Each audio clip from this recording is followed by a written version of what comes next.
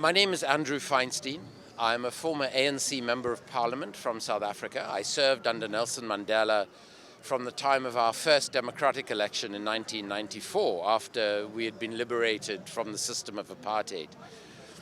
I'm also Jewish. I'm the son of a Holocaust survivor. My mother survived the war in occupied Vienna itself. And I was speaking here today about why it is that South Africa have taken Israel to the International Court of Justice.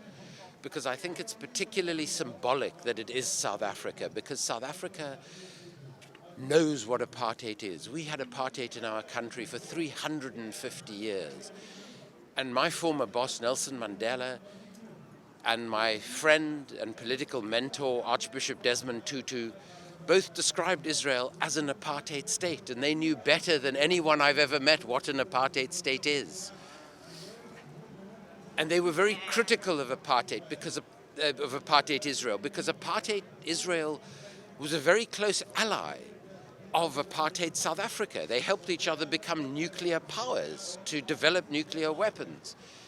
And Archbishop Tutu, when he was asked when he won the Nobel Peace Prize why he is so critical of Israel, he said, I am critical of a country that was complicit with my oppressor, who helped my oppressor oppress me for many, many years.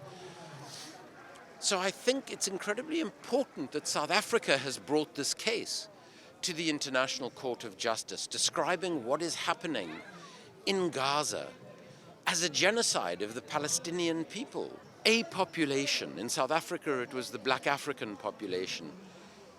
In Israel, Palestine, it is the Palestinian population, are not treated equally under the law. Even Palestinian citizens of Israel have lesser rights than Jewish citizens of Israel. So they're being discriminated against simply on the basis of their race, ethnicity, or religion.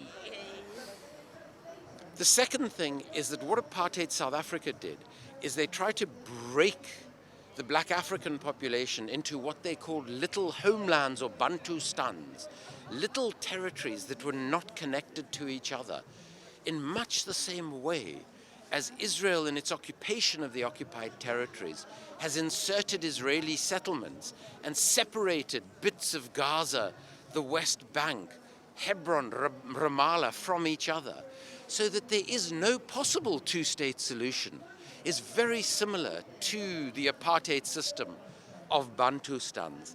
And then most importantly, both Israel and South Africa have used brutal military force to oppress those populations that they see as somehow inferior to themselves, which is a system of racism.